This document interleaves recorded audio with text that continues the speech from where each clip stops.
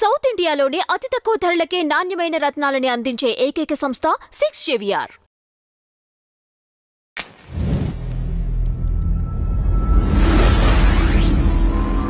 నమస్తే విజ్ఞాన్ గారు. నమస్తే. Again mega versus Allu war start అయినట్లు తెలుస్తోంది. రామ్ చరణ్ అల్లు అర్జున్ని అన్ఫాలో చేశారు. ఇప్పుడు ఇది ఒక పెద్ద చర్చ అయింది. అంటే ఏంటి, ఇది కావాలనే చేశారా? అసలు ఏం జరుగుతుంది లోపల? ఇప్పుడు బంధాలు ఎలా ఉన్నాయంటే, మనం విషెస్ చెప్పుకోవాలన్నా నువ్వు ఫోన్లు చేసి చెప్పినా, మనిషిని కలిసి చెప్పినా అసలు వాల్యూ లేదు. నువ్వు ఖచ్చితంగా ఇన్స్టాలోనో లేకపోతే ట్విట్టర్లోనో వాళ్ళ పేరు ట్యాగ్ చేస్తా విషెస్ చెప్పాలి, హ్యాపీ బర్త్డే అని. అప్పుడే నువ్వు చెప్పినట్టు, లేకపోతే నువ్వు చెప్పనట్టే. నువ్వు ఇంటికి వెళ్ళి ఆ బర్త్డే రోజు లేదా పెళ్ళి, పసుపు ఫంక్షన్ నుంచి లాస్ట్ అరుంధతి నక్షత్రం వరకు నువ్వు ఉన్నా అనవసరమే. నువ్వు ఇన్స్టాలో పోస్ట్ పెట్టావా లేదా, అప్పుడే నువ్వు పెళ్ళికి అటెండ్ అయినట్టు, అట్లీస్ట్ నువ్వు విష్ చేసినట్టు. నువ్వు తెచ్చిన గిఫ్ట్ కూడా ఎవరు చూడ్డు. అట్లా తయారైంది. అండ్ డిమాండ్ మళ్ళీ. ఇప్పుడు బాలయ్య బర్త్డే ఉంది, ఎన్టీఆర్ ట్వీట్ చేయలేదు, ఎందుకు చేయలేదు, ఎందుకు చేయలేదు, ఎందుకు చేయలేదు. ఎన్టీఆర్ బర్త్డే ఉంది, బాలయ్య చేయలేదు, ఎందుకు చేయలేదు, ఎందుకు చేయలేదు. సరే, చిరంజీవికి అవార్డు వచ్చింది, ఎంతమంది విష్ చేశారో పక్కన పెడితే వీళ్ళే విష్ చేయలేదు, ఎందుకు చేయలేదు. ఏం వాళ్ళ ట్విట్టర్ అకౌంట్లు ఉన్నాయో లేదో తెలియదు, వాళ్ళు రెగ్యులర్గా వాడతారో లేదో తెలియదు, లేదా బయట ఎక్కడన్నా సిగ్నల్ లేని ప్రదేశాలు ఉన్నారేమో, తర్వాత ఇంటికి వచ్చి సిగ్నల్ వచ్చాక పెట్టొచ్చు. బట్ కుదరదు పని. నువ్వు ఖచ్చితంగా పలానా ఇన్సిడెంట్ జరిగినప్పుడు నువ్వు ఇన్స్టాలోనో ఫేస్బుక్లోనో ట్విట్టర్లోనో స్పందించాలి, లేకపోతే నీ స్పందనకు అసలు విలువే లేదు. ఇప్పుడు కూడా ఎవరి మీద నా కోపాలు తాపాలు ఉంటాయి. ఇప్పుడు ఫర్ ఎగ్జాంపుల్ విడాకులు. ఫస్ట్ ఏం చేస్తున్నారు అంటే, మేము విడిపోతున్నాం అనే సంకేతాలు ఏమి ఉండవు. ఇన్స్టాలో వీళ్ళ పేరు వెనకాల తోకలు కత్తిరించుకుంటారు. తర్వాత నీతో ఉన్న ఫోటోలు నేను డిలీట్ చేయాలి, నాతో ఉన్న ఫోటోలు నువ్వు డిలీట్ చేయాలి. ప్లేన్గా ఉంటాయి. నేను అందరితో ఉన్న ఫోటోలు ఉంటాయి కాబట్టి నా ఏక ఫోటోలో నువ్వు ఉండవు. నీ ఇన్స్టాలో కూడా అంతే. మన స్నేహితులు అందరూ ఉంటారు కానీ నేను ఉండను. అంటే ఓహో వీళ్ళిద్దరి మధ్యలో ఏదో ఉంది. Next unfollow. ఇక వీళ్ళకి మాటలు కూడా లేవు, అయిపోయింది కథం. ఇవి మనకి సూచనలు. ఇప్పుడు ఏం జరిగింది, మనోడు కాదు పగోడు సిట్యువేషన్ తర్వాత నాగబాబు కుటుంబం అంతా అల్లు అర్జున్ అన్ఫాలో చేసింది కట్టగట్టుకొని.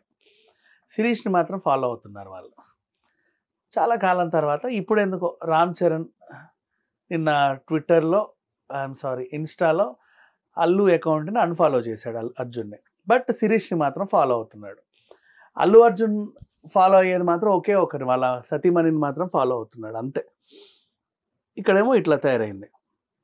ఇప్పుడు నిన్న ఎందుకు అన్ఫాలో చేశాడు, నిజమేనేమో వీళ్ళిద్దరి మధ్యలో మాటలు లేవేమో అని చెప్పేసి. ఓకే, మొన్న అరవింద్ గారు చెప్పిన సారీ వీళ్ళకి నచ్చలేదేమో, రామ్ చరణ్ కన్విన్స్ అవ్వలేదేమో. ఓకే, గేమ్ చేంజర్ గురించి కావాలనే పొడిచినట్టు మాట్లాడాడు.